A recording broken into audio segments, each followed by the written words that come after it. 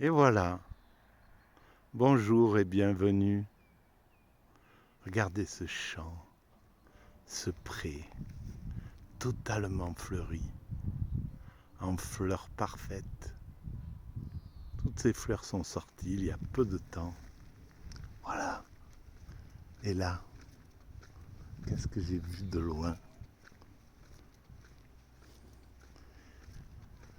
Un peu comme si c'était les cerisiers qu'on voit au Japon quand ils sont en fleurs. Les Japonais, je pense, ils ont un regard sur la nature qui est absolument divin. Et voilà, alors qu'est-ce que c'est que cet arbre? Je n'en sais rien. Mais en tout cas, il éclaire de sa blancheur des, des milliers de petites fleurs. Chacune est là.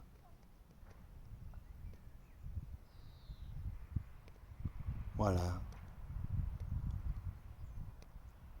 Et toutes sont fraternelles.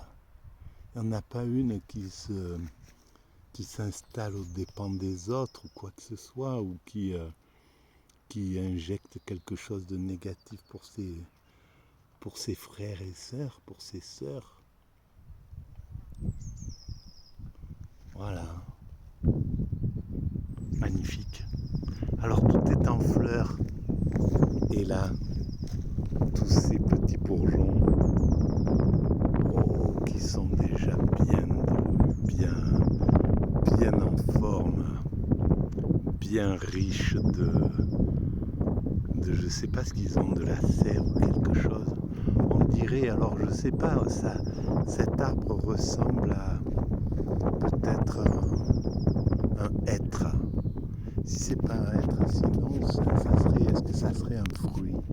Voilà, et ça me fait penser que l'autre jour, en regardant une amande que j'allais manger, que j'allais dévorer,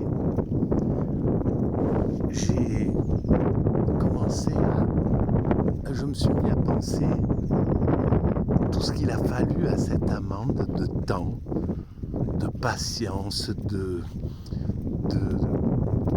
puissance créatrice pour devenir cette amande décortiquée qui était là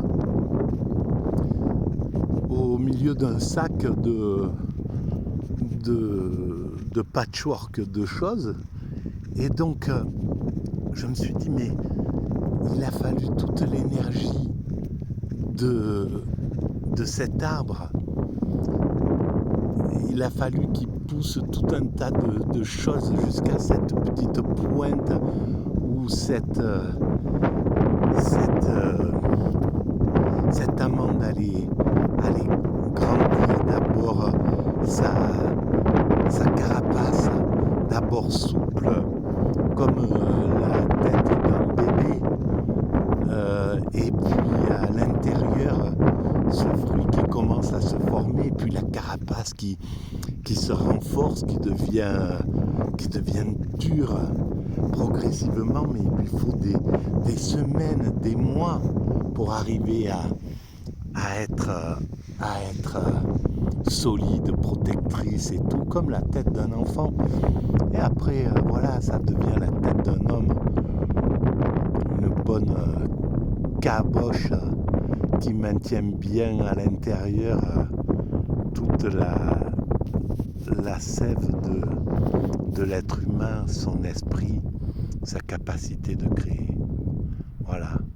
Donc tout est en fleurs. Et comme chez l'autiste Asperger. Voilà, tout est en fleurs.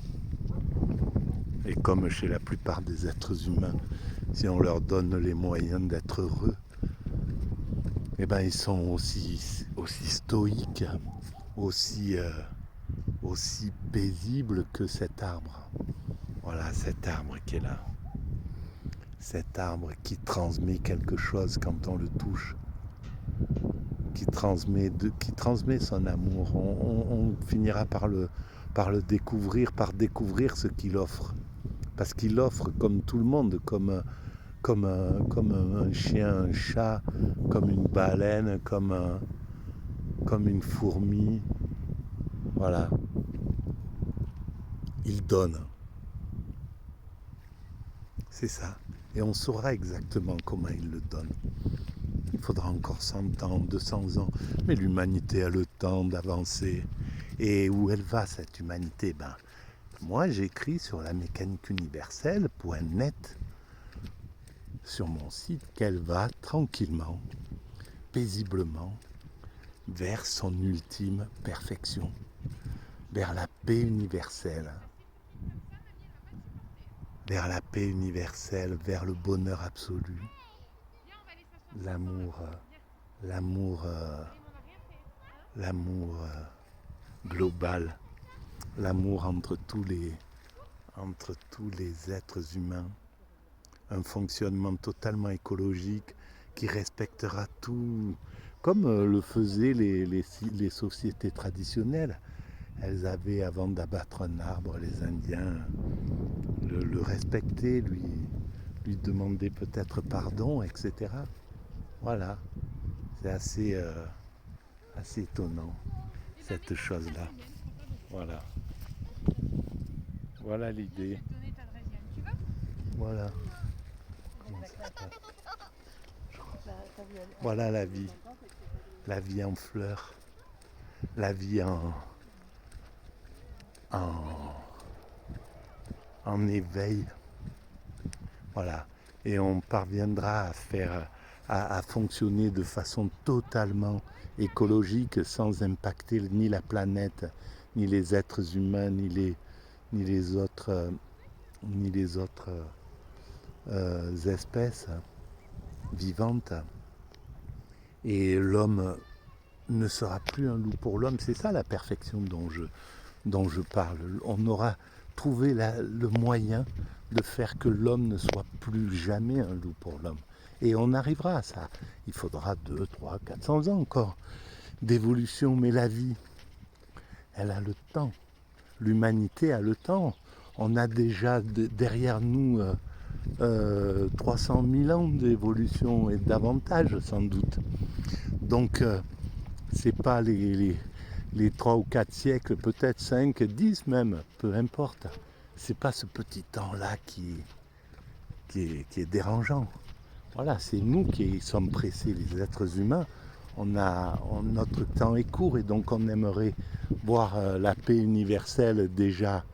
Et c'est le plus grand deuil qu'on doit faire en fait, les chercheurs, les philosophes, les penseurs. C'est pour ça qu'il était si difficile à faire pour Hegel ou pour Hegel par exemple pensait que il était arrivé pratiquement à la fin de l'histoire, et même Fukuyama, etc. Parce que on voudrait que ça soit, on voudrait en fait que ça soit selon notre bon vouloir. Mais en fait, il faut faire comme Spinoza le disait, il faut aimer la vie telle qu'elle est plutôt que de la désirer à notre convenance. Eh bien, voilà, accepter que on le verra pas, peut-être, ou peut-être on le verra, on ne sait pas comment on se transforme. Moi, je pense qu'il subsiste quelque chose après notre existence dans de la vie, etc. Donc, je pense qu'on verra tout ça, mais c'est à savoir. Voilà. Allez, ben on va finir sur cette note de vie. Voilà. Et cette herbe-là, qu'est-ce qu'elle est? Voilà, elle est... Chaque touffe est une vie. Et elles se vivent côte à côte, elles sont côte à côte, elles vivent côte à côte, elles cohabitent, elles sont là. Et c'était hier, j'ai appris quelque chose sur France Culture.